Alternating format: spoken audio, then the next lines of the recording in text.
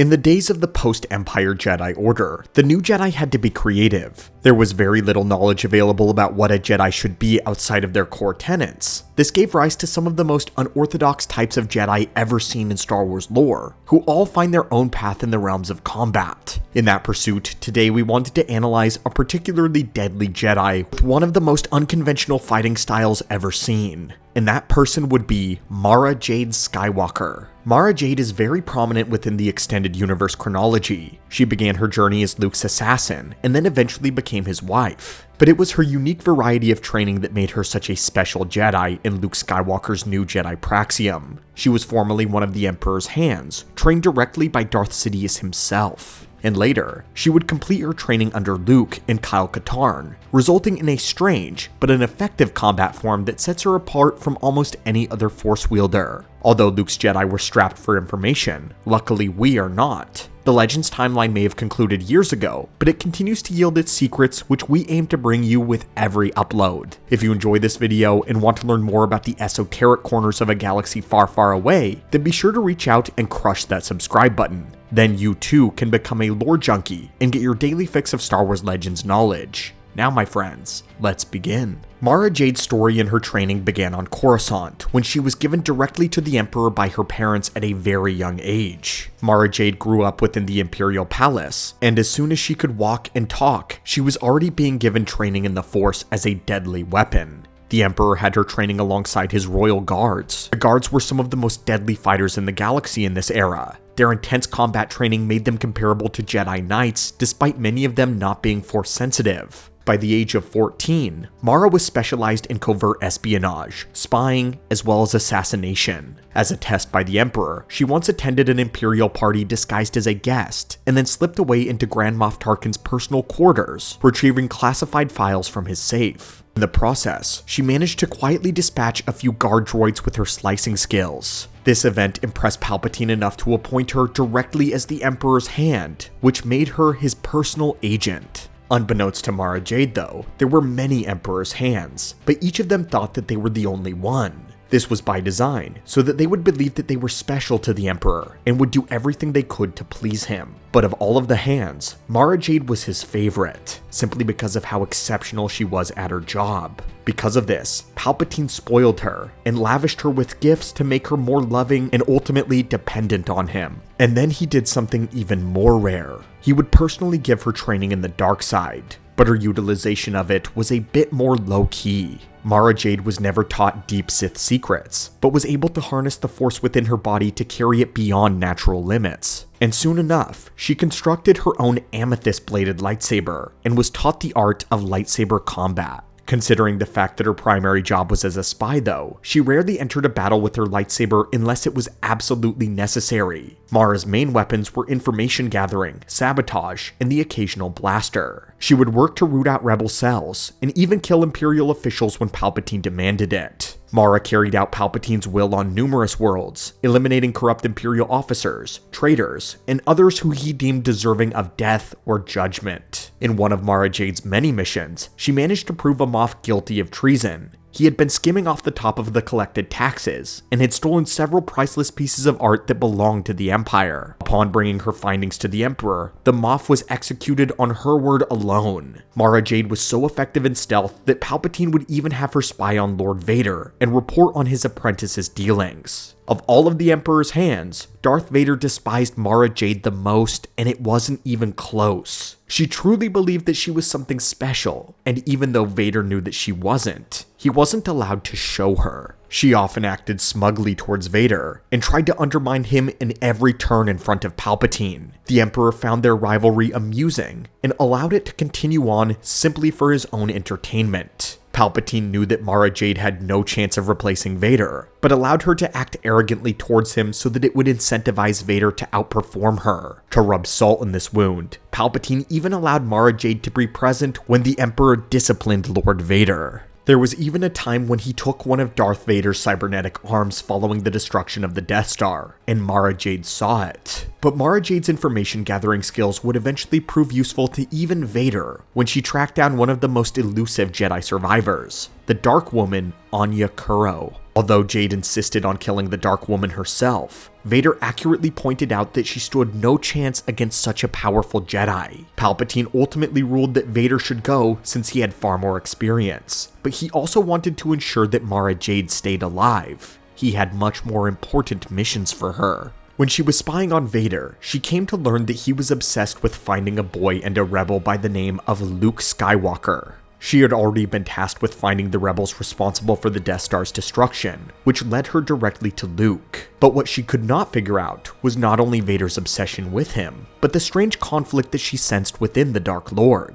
Palpatine was also wary about Vader's obsession with Luke, and did not want him to become a fully fledged Jedi. He sent Mara Jade to kill Luke, which led to her disguising herself as one of Jabba's dancers at the time when Luke and the gang infiltrated Jabba's palace. However, her mission went awry when Luke's execution was turned on its head. Mara barely managed to escape the sail barge before it was destroyed, causing her to fail one of her first missions. This was something that basically never happened, and she now had a personal vendetta against Luke because of this. As she worked her way back to the Emperor, she continued to ponder the weird connection between Luke and Vader. Secretly, she had hoped that Vader would turn against the Emperor so that she could kill him and take his place as his true apprentice. But she was unfortunately not present when the ultimate betrayal occurred. When her master perished on the second Death Star, she could do nothing to stop it. However, due to her deep connection with him in the Force, she could hear Palpatine's voice anywhere in the galaxy through a telepathic link. His last message to her was to stop at nothing to avenge him and to kill Luke Skywalker.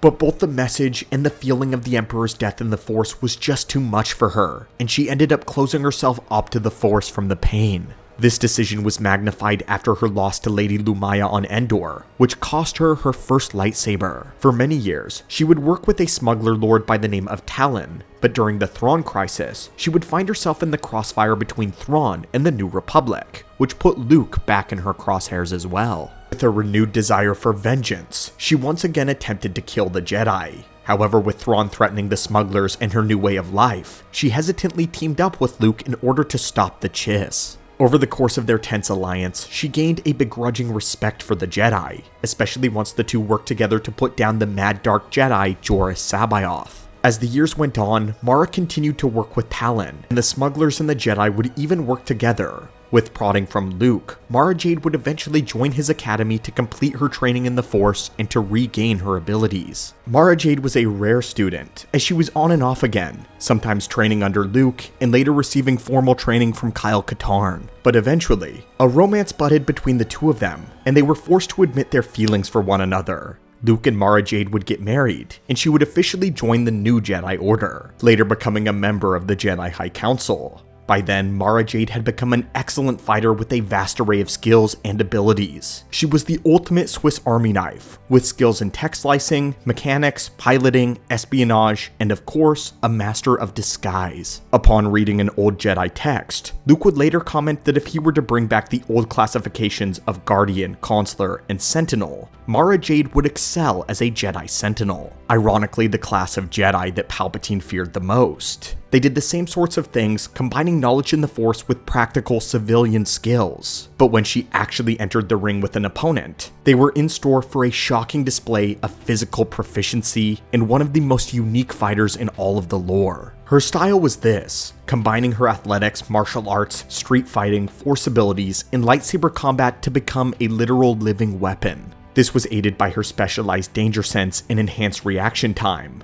Luke would later come to believe that her danger sense was more keen than even his own as Grand Master. Luke would regularly rely on her intuition in most situations, and although she had to relearn how to manifest the Force, one thing that she never had to relearn was her ability to harness the Force within her physical body. With her intuition and physicality working in tandem, Mara Jade's reaction time was so sharp that she dodged Force lightning on multiple occasions. When facing Joruus C'baoth, she had reawoken her Force abilities and was able to weave and deflect his lightning with her lightsaber. She rushed him down without even being hindered by it. In a different occasion, a dark Jedi shot Force lightning at her at point-blank range. With her eyes closed, she managed to backbend to narrowly avoid it, and dropped into a scissor kick to sweep her opponent off of their feet. Her pure athleticism put her beyond what most Jedi could achieve. Towards the end of her life as a Jedi, she would eventually fight Jacen Solo, now Darth Caedus. It should be known that Darth Caedus is one of the most powerful Sith Lords to ever live, even one of the most powerful Force wielders to ever live even, whose strength and power in the Force by Luke is said to have exceeded Darth Vader. He had been hunted down by Mara Jade and the two crash-landed in a cave.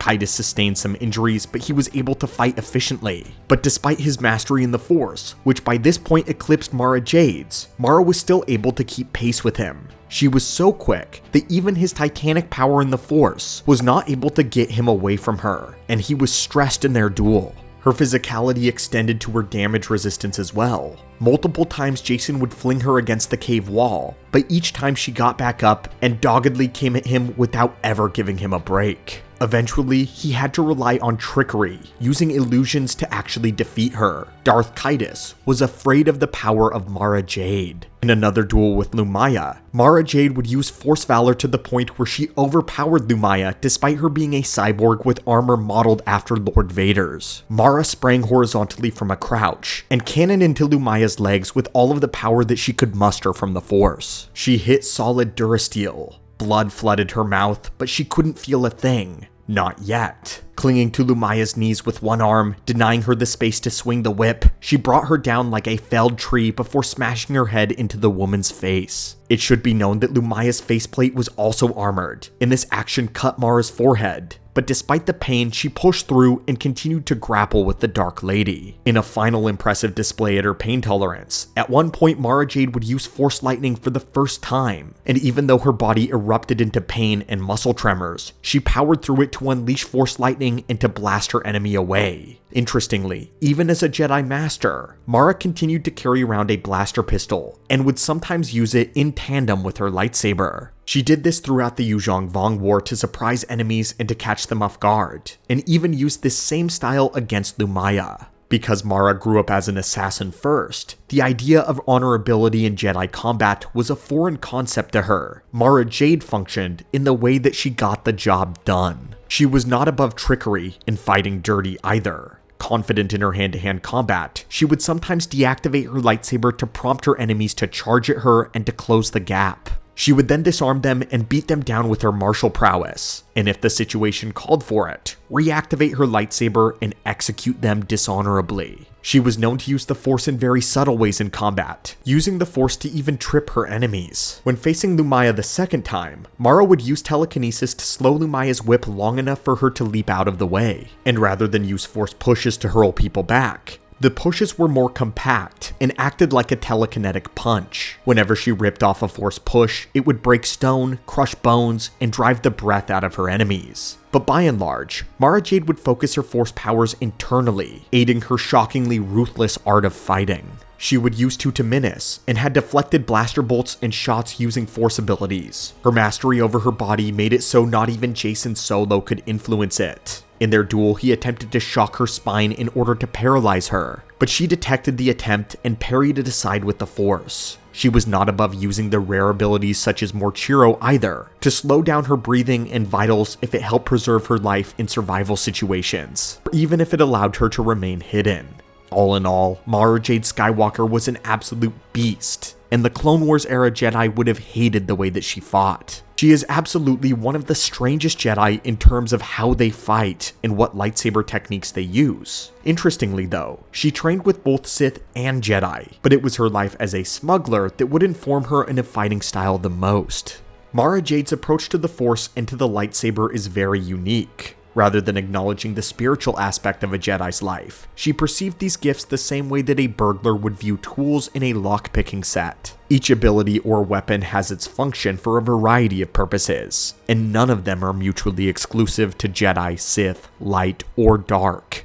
She uses whatever serves her best in the situation that it calls for, and doesn't worry about whether it falls in line with any sort of creed or any sort of code. When there's an opponent in front of her, she uses all of her talents combined to take them down. She was as elegant as a dancer, but as scrappy as a cantina brawler, and she always mixed it up with methods that she used to keep her enemies off guard. If backed into a corner, Mara Jade would forgo her own personal safety to see the mission complete, to the point of ignoring shocking amounts of pain and life-threatening injury. Mara Jade did not fight like a Jedi. She didn't even think like one. Where most Jedi sought harmony through the Force, Mara Jade sought something different. Her instincts were sharpened by years as an assassin, her will refined by Palpatine and Skywalker. She was a creation of contradiction, a product of light and dark, forged by the Emperor's ruthlessness and Luke's compassion. It is not an understatement to say that Mara Jade Skywalker was one of the most brutal and tactical Jedi fighters to ever exist. She abandoned the traditional sense of honor in combat, wielding deception and strategy as weapons of survival. She was living proof that Luke Skywalker's new Jedi Order was unlike any that had ever come before. It accepted those that had walked through fire, who carried both the scars and wisdom of past lives. Under the old Jedi Code, someone like Mara Jade could never have been trusted.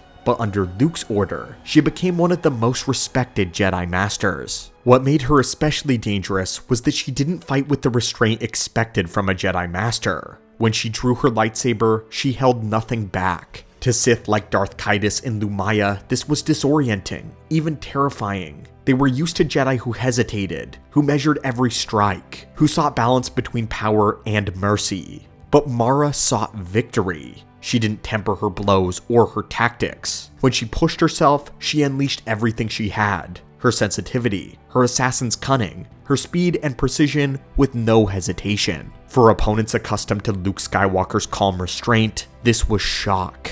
Caedus in particular underestimated her. He expected a Jedi duel defined by control, but instead, he faced an assassin. Every movement from Mara was sharp, efficient, and lethal. The culmination of Imperial training and Jedi mastery. There was no wasted motion, no mercy, only intent. When Mara Jade stopped holding back, she became something neither Jedi or Sith had prepared for, an embodiment of a gray in-between. That is what makes her dangerous, not just her power, but her willingness to use all of it. A perfect example of a Jedi wielding an amethyst blade. Mara Jade Skywalker is a paradox, a Jedi forged by light and dark. She's proof that the Force doesn't belong to one side, but to those strong enough to wield it with purpose. She represents the perfect evolution of the Jedi under Luke Skywalker, strength born of imperfection, and that is why she is so feared and so unforgettable. So the question today I want to leave you with is this: was Mara Jade the beginning of a stronger type of Jedi, or the first sign that the Jedi would eventually lose their way yet again? Let me know your thoughts down below. Thank you for joining me in the archives here today, my friend, and may the Force be with you.